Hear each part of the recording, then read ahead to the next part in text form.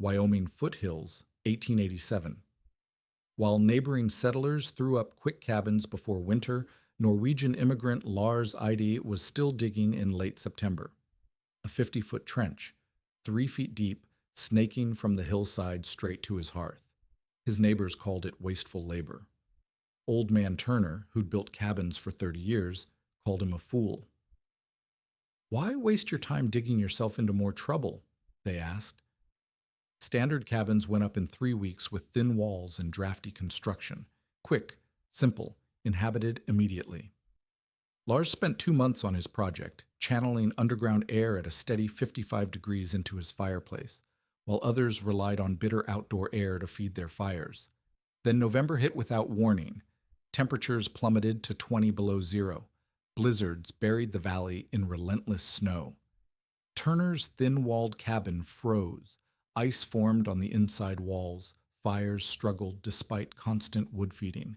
Standard cabins dipped below freezing inside, forcing families to burn double their firewood just to survive.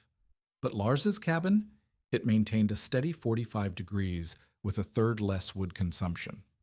What did this Norwegian immigrant understand about earth-tempered ventilation that seasoned frontier builders completely missed? If you value stories of practical wisdom that stood the test of time, make sure to subscribe. We've got more documented accounts worth remembering. The autumn of 1887 found Lars Eide methodically working his way through the hard-pan soil of his Wyoming homestead, while his neighbors raced to beat winter's arrival. At 43, the Norwegian immigrant possessed the weathered hands of a man who had spent decades wrestling with harsh climates, first in the fjord country of his homeland and now in the high desert of the American West. His approach to frontier survival bore little resemblance to the frantic construction methods employed by the other settlers scattered across the valley floor. Where most homesteaders threw together single-wall cabins in a matter of weeks, Lars had already spent the better part of 2 months preparing his foundation and walls. His cabin measured 16 by 20 feet with double-thick log walls chinked with a mixture of clay, grass, and animal hair that he had learned to prepare in Norway. The logs themselves averaged 12 inches in diameter, nearly twice the thickness of the 6 to 8 inch logs favored by his neighbors, who prioritized speed over insulation. But it was the peculiar trench he had begun digging in early September that drew the most attention and derision from the surrounding homesteaders. The ditch stretched 50 feet from a hillside depression directly to where his stone hearth would sit, following the natural contours of the land, but maintaining a steady 3-foot depth throughout its length. Lars lined the bottom with carefully selected river stones, creating a continuous channel that would carry air from the Earth's surface to his fireplace. The concept drew on principles he had observed in the root cellars and ice houses of his youth, where underground chambers maintained remarkably stable temperatures, regardless of the weather above ground. Old Man Turner, whose own cabin sat a quarter-mile to the south, made no effort to hide his disdain for what he considered wasted labor. Turner had built homestead cabins for 30 years across 3 territories, and his philosophy centered on pragmatic efficiency. "Get 4 walls and a roof up before the snow flies," he would tell anyone within earshot. "Everything else is just showing off." His own structure followed this creed religiously, thin-walled, quickly chinked, with gaps that would be sealed later if time permitted. The fireplace sat against the exterior wall in standard fashion, drawing combustion air through whatever cracks and gaps existed in the cabin's construction.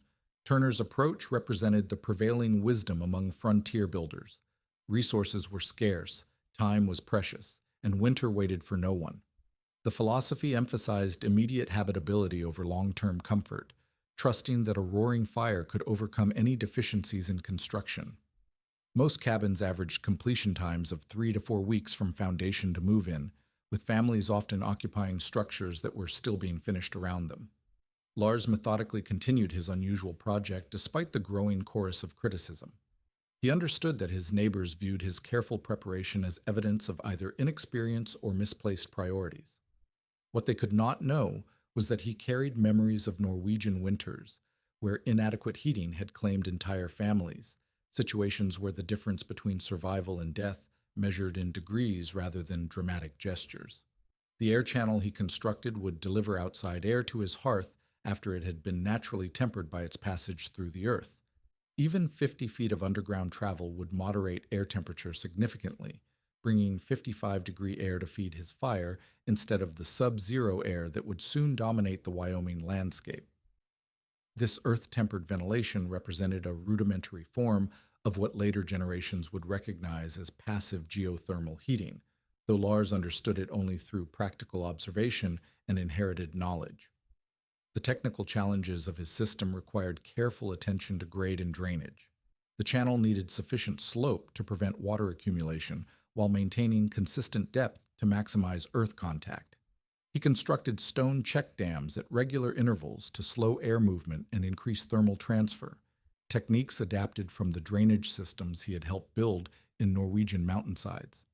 Each stone had been selected for its ability to retain and transfer heat, creating thermal mass that would store and release warmth throughout the burning cycle.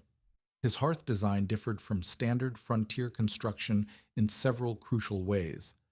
Rather than building against an exterior wall, Lars positioned his fireplace in the cabin's center, allowing heat to radiate in all directions rather than losing significant energy through an outside chimney. The firebox itself measured larger than typical frontier installations, designed to accommodate the increased airflow from his underground channel while maintaining efficient combustion ratios.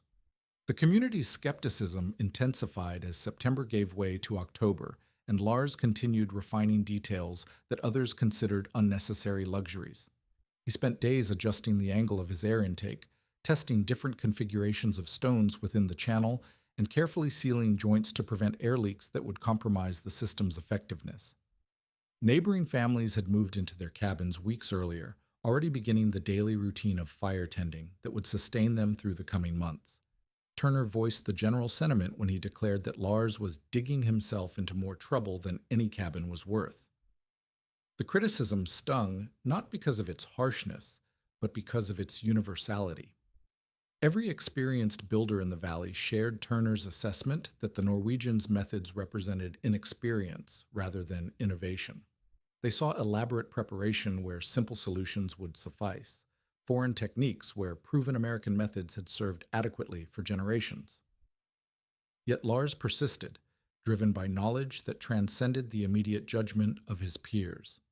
His system would soon face the ultimate test of frontier survival, not the opinion of neighbors, but the indifferent brutality of a Wyoming winter that would measure the value of every degree, every cord of firewood, and every hour of preparation in the unforgiving arithmetic of life and death. The first blizzard struck on November 15th, 3 weeks earlier than the oldest settlers could remember.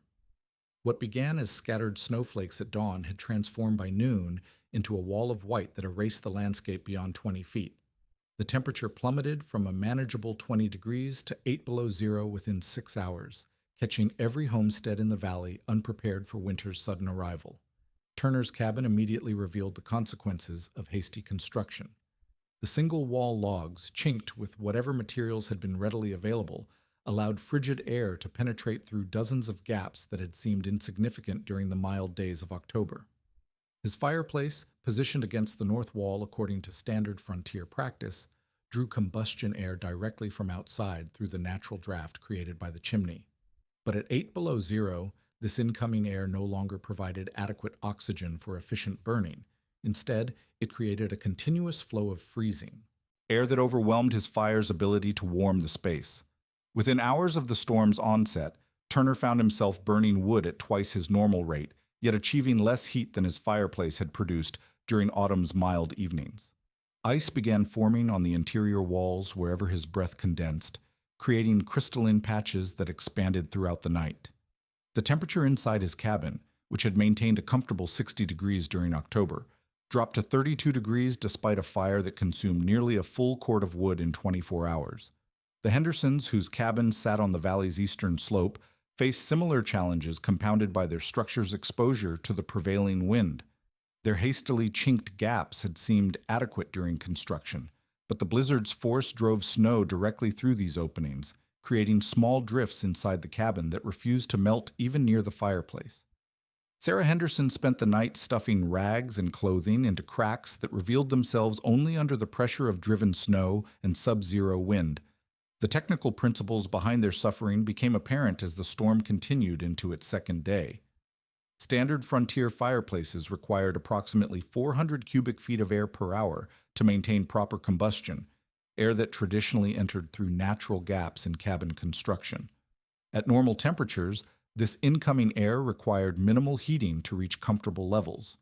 But at 10 below zero, each cubic foot of exterior air needed to be warmed by 70 degrees to achieve basic habitability, a thermal load that overwhelmed even well-fed fires. The mathematics of heat loss compounded these combustion problems. Single-wall log construction adequate for moderate climates provided minimal insulation against extreme cold. Each square foot of exterior wall surface lost approximately 30 British thermal units per hour for every degree of temperature difference between inside and outside air. With interior temperatures struggling to reach 40 degrees and exterior temperatures dropping to 15 below, the heat loss through walls alone exceeded the heating capacity of most frontier fireplaces. Turner's situation deteriorated as his firewood supply dwindled at an alarming rate. He had calculated his winter needs based on previous year's consumption, estimating that 4 cords would carry him through until spring.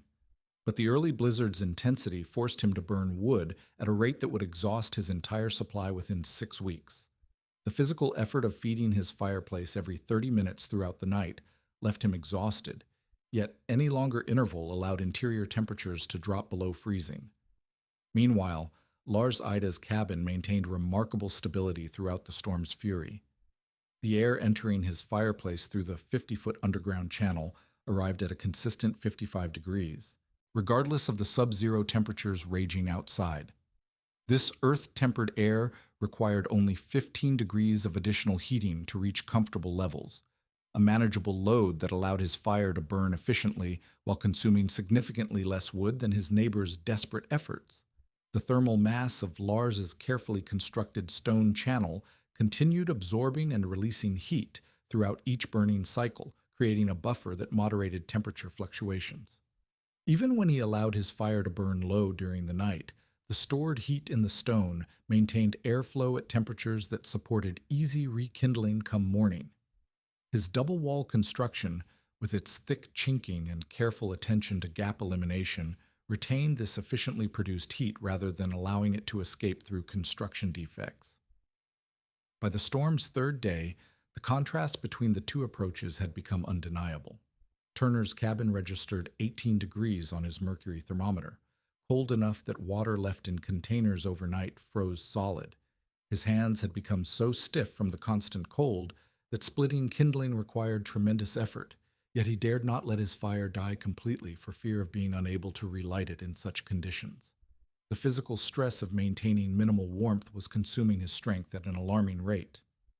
Lars, comfortable in his 45-degree cabin, used less than half the firewood Turner burned while maintaining temperatures that allowed him to work without gloves, sleep without multiple layers of clothing, and move freely throughout his living space. The difference represented more than mere comfort. It meant the distinction between sustainable survival and a losing battle against winter's relentless demands. The Henderson family abandoned their cabin on the storm's fourth day, seeking shelter with neighbors whose construction had proven marginally more successful. Turner, too proud to admit defeat but increasingly desperate, began eyeing Lars's cabin with new understanding. The methods he had dismissed as wasteful excess now appeared to represent the difference between endurance and catastrophic failure. As the blizzard finally exhausted itself after 6 days, leaving 3 feet of snow across the valley floor and temperatures that refused to rise above zero, the survivors emerged to assess their situations. The winter had barely begun, yet already the wisdom of careful preparation versus hasty construction had been measured in degrees, in cords of wood, and in the simple ability to maintain human life in an environment that offered no mercy for inadequate planning. December arrived without the traditional respite that frontier families counted on between autumn's end and winter's true grip. Instead of gradually declining temperatures that allowed for final preparations and adjustments, the valley remained locked in a pattern of sustained cold that never rose above 10 degrees below zero during daylight hours and plummeted to 30 below after sunset. The relentless conditions began extracting a toll that went beyond discomfort moving into the realm of genuine survival crisis. Old Mary Kowalski, the 72-year-old widow who lived alone in a hastily constructed 12 by 14 cabin, succumbed to hypothermia during the second week of December. Her neighbors found her 3 days later, huddled near the cold ashes of a fireplace that had consumed her entire winter wood supply in less than a month. The mercury thermometer nailed to her cabin wall registered 6 degrees, inside temperature that had proven insufficient to sustain life despite her desperate efforts to maintain heat through constant fire tending.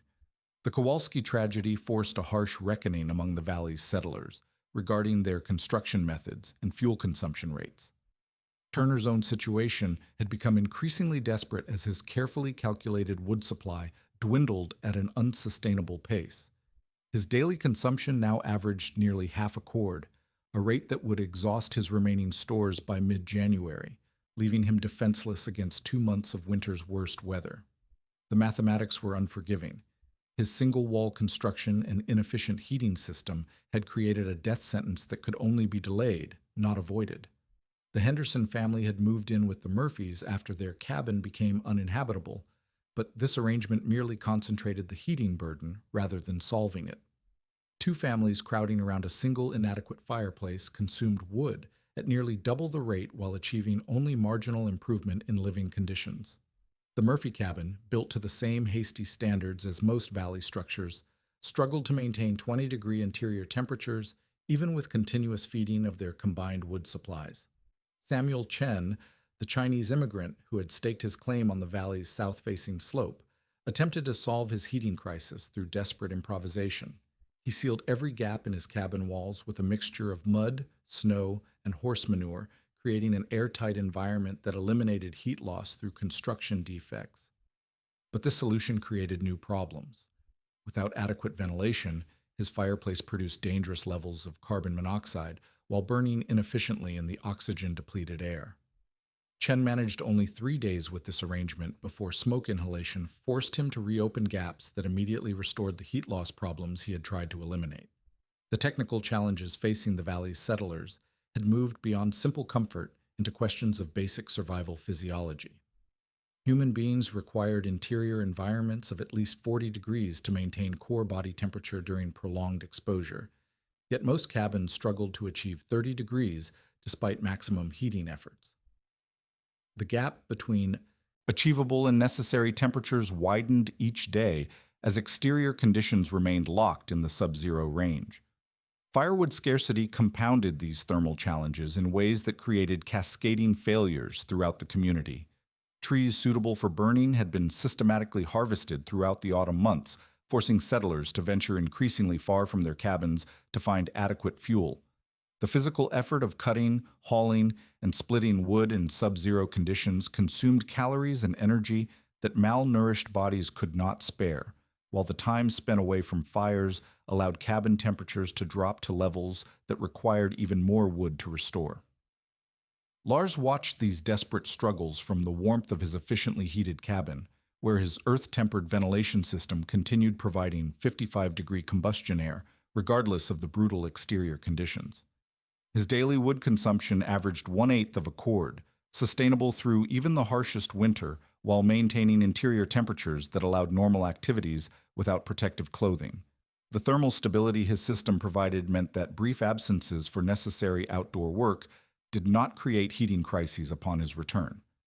The contrast became impossible to ignore when Turner appeared at Lars's door on December 20th, his face bearing the telltale signs of prolonged cold exposure, and his hands too stiff to manipulate the simple latch mechanism. Inside Turner's own cabin, the temperature had dropped to 12 degrees despite burning his remaining furniture as emergency fuel. Ice coated the interior walls in sheets thick enough that his axe had been required to break through the frozen layer covering his water bucket. Turner's request for shelter came without the pride or skepticism that had characterized his earlier interactions with the Norwegian immigrant. Survival had stripped away the luxury of maintaining face in the community's social hierarchy. The practical reality was stark. Turner's cabin could no longer sustain human life, while Lars's innovative heating system provided not just survival, but genuine comfort throughout the crisis. Other families began making similar appeals as their own heating systems proved inadequate against winter's sustained assault. The Hendersons, already displaced from their original cabin, sought permission to construct a temporary shelter adjacent to Lars's structure, hoping to benefit from the radiant heat escaping through his walls. Young Pete Morrison, whose parents had died in a cabin fire caused by an overheated chimney, begged for work splitting wood in exchange for a warm place to sleep. The community crisis had reached a tipping point where conventional frontier wisdom no longer offered viable solutions. Standard construction methods and heating approaches had proven inadequate against conditions that exceeded their design parameters, leaving families with choices between dangerous improvisation and acceptance of help from the methods they had previously ridiculed. The Norwegian immigrant's patient preparation during autumn's mild days had created the valley's only sustainable source of warmth, transforming him from local curiosity into essential community resource. Lars's response to these desperate appeals revealed character shaped by harsh experience rather than prideful vindication. Having witnessed similar winter crises in his Norwegian homeland, he understood that survival trumped social hierarchies and that community cooperation represented the only path through extreme conditions. His cabin became an informal rescue station where neighbors could warm themselves, dry frozen clothing, and share in the thermal stability that his innovative system provided to anyone willing to accept help from methods they had never thought to understand. The gradual warming that began in late February brought more than relief from winter's grip. It carried the sobering assessment of survival methods that had been tested under conditions no frontier community should have faced unprepared. As daytime temperatures finally climbed above freezing for the first time in 3 months, the valley's survivors emerged from their various shelters to confront the reality of what their construction choices had cost them in resources, health, and human life. Turner's cabin stood as a monument to the failure of conventional frontier building wisdom. The interior walls bore thick sheets of ice that had accumulated throughout the winter months, ice that now began melting and revealing structural damage that extended far beyond cosmetic concerns. The constant expansion and contraction of frozen condensation had opened gaps in the log chinking that were now finger-width cracks extending along entire wall sections. His fireplace, subjected to months of desperate overheating, showed stress fractures in the stone work and a chimney that had begun separating from the main structure under thermal stress. The economic toll of winter's lessons became apparent as families calculated their resource consumption against their original survival plans. Turner had exhausted his entire winter wood supply by mid-January, then burned furniture, floorboards, and finally structural elements of his cabin to maintain minimal heat. The Hendersons, crowded into the Murphy cabin, had collectively consumed nearly 6 cords of wood while achieving living conditions that barely supported survival. Their combined fuel costs represented nearly 3 times their planned expenditure, leaving them financially devastated and structurally homeless as spring approached. Samuel Chen's desperate improvisation with airtight ceiling had left his cabin structurally unsound and dangerous for human habitation. The sealed environment had created moisture condensation problems that rotted the base logs and compromised the foundation integrity. His experiments with oxygen depleted. Burning had filled the cabin with creosote deposits that posed ongoing fire hazards, while the carbon monoxide exposure had left him with respiratory problems that persisted well into spring. In stark contrast, Lars emerged from winter with his cabin intact, his health uncompromised, and his wood supply sufficient for another full season of normal heating needs. His earth-tempered ventilation system had consumed less than 2 cords of fuel while maintaining interior temperatures that allowed normal daily activities throughout the crisis period. The thermal stability provided by his 50-foot air channel had protected both his physical well-being and his cabin's structural integrity, demonstrating the long-term value of methods that had seemed excessive during construction. The survivors' recognition of their errors came not through dramatic declarations, but through quiet requests for instruction that began as soon as ground conditions permitted new construction work. Turner approached Lars in early March with a proposition that would have seemed impossible during the previous autumn's skepticism. He offered to provide all labor for constructing air channels at 3 cabin sites in exchange for detailed instruction in the earth-tempered ventilation techniques that had proven so effective. The practical challenges of retrofitting existing cabins required innovative adaptations of Lars's original design. Cabins that had been positioned without consideration for air channel routing needed modified approaches that worked within existing site constraints while achieving similar thermal benefits. Lars developed techniques for connecting multiple shorter channels where single long runs proved impossible, methods for integrating air tempering systems with existing fireplace structures, and approaches for achieving adequate earth contact in rocky soil conditions that had prevented proper excavation. Samuel Chen became the first successful convert, dedicating 6 weeks to excavating a 40-foot channel that connected his rebuilt cabin to a hillside depression similar to Lars's original design.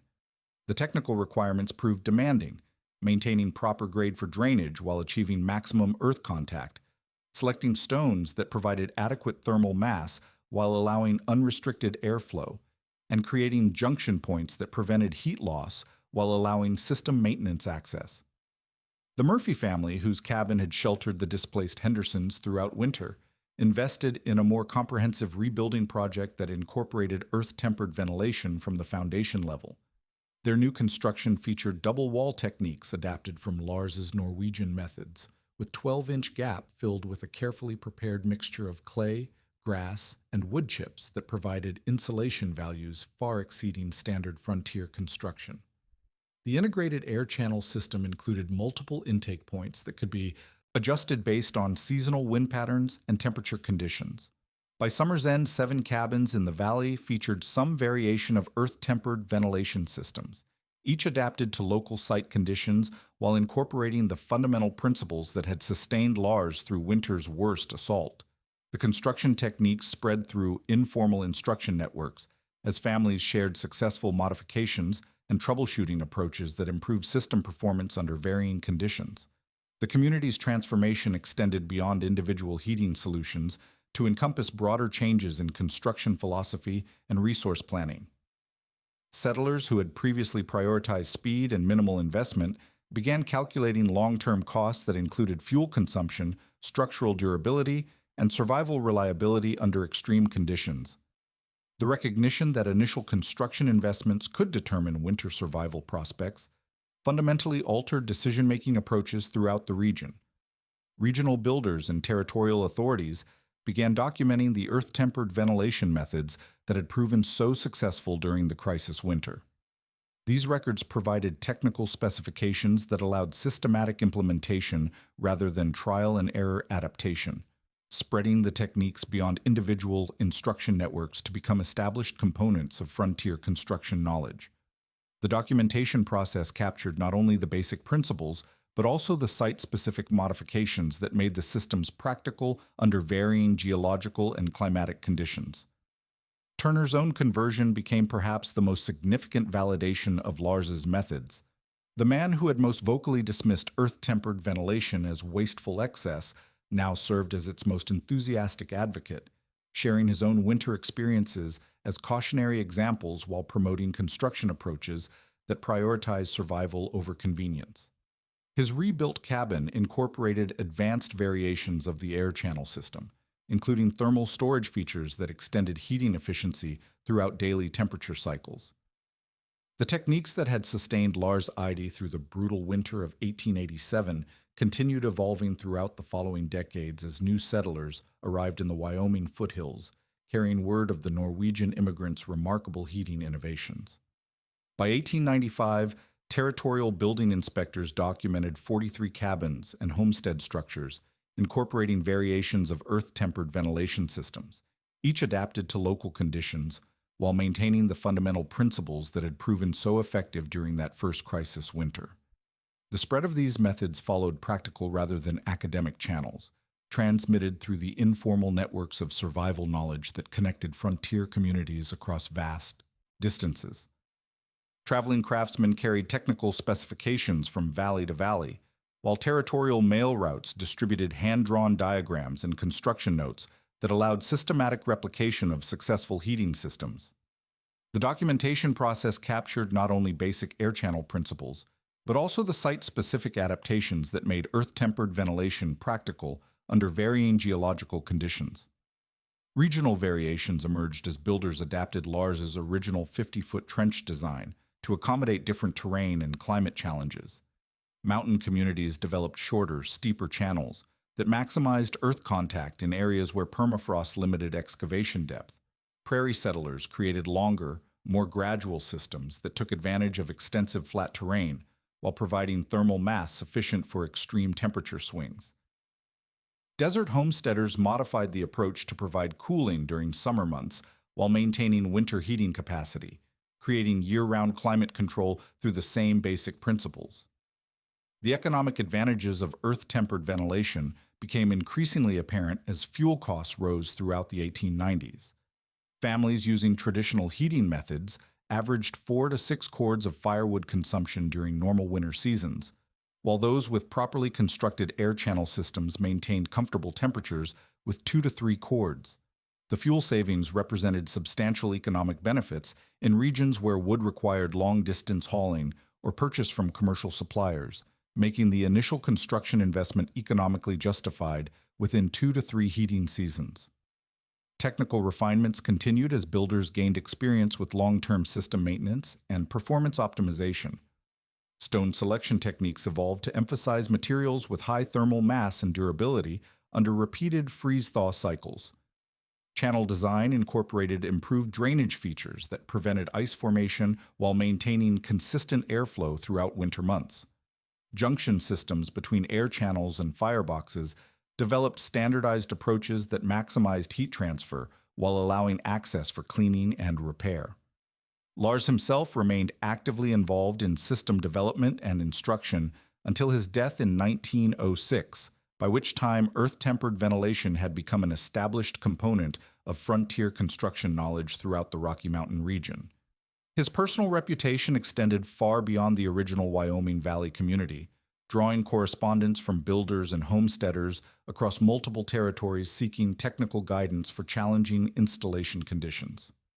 The Norwegian immigrants' methods gained particular recognition among Scandinavian immigrant communities, where similar techniques had existed in various forms for centuries but had been abandoned in favor of supposedly superior American building practices.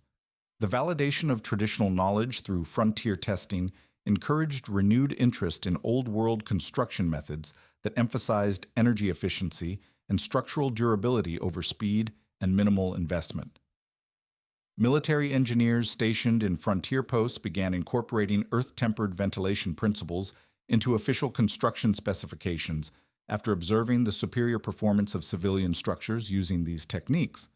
Fort-building projects throughout the region adopted modified air channel systems that provided reliable heating while reducing the logistical burden of fuel transport to remote installations. The military documentation process created technical standards that further systematized implementation approaches and performance expectations. Educational institutions in the territorial capitals began including earth-tempered ventilation instruction in their technical curricula as the methods gained recognition among professional builders and architects. The Colorado School of Mines developed laboratory facilities for testing air channel performance under controlled conditions, while the University of Wyoming created engineering coursework that explained the thermodynamics principles underlying these practical applications. Academic study provided theoretical frameworks that enhanced practical implementation without replacing the experiential knowledge that made successful systems possible. The advent of modern heating technologies in the early 20th century initially reduced interest in earth-tempered ventilation as coal furnaces and later gas heating systems promised greater convenience and reliability. However, the fundamental principles persisted in specialized applications, where energy efficiency and resource independence remained paramount concerns. Remote mining camps, agricultural facilities, and experimental communities continued developing variations of the air channel approach throughout the industrial period. Contemporary recognition of Lars Eide's innovations emerged during the energy conservation movements of the 1970s, when researchers studying passive heating systems rediscovered documentation of frontier earth-tempered ventilation techniques. Modern analysis confirmed that these 19th century applications achieved thermal efficiency levels comparable to sophisticated contemporary systems while using only materials and tools available to frontier builders, The scientific validation of traditional methods encouraged renewed interest in low-technology approaches to climate control that required minimal external energy inputs. Current applications of earth-tempered ventilation incorporate advanced materials and precision engineering while maintaining the basic principles that sustained frontier families through extreme weather conditions. Geothermal heating systems use similar ground temperature moderation, techniques with mechanical circulation, and electronic controls, achieving efficiency levels that justify substantial initial investments. Contemporary sustainable building movements have adopted modified air channel approaches that provide climate control in off-grid and environmentally sensitive applications. The enduring legacy of the Norwegian immigrants' patient excavation work transcends specific technical applications to represent broader principles about the relationship between traditional knowledge and technological innovation.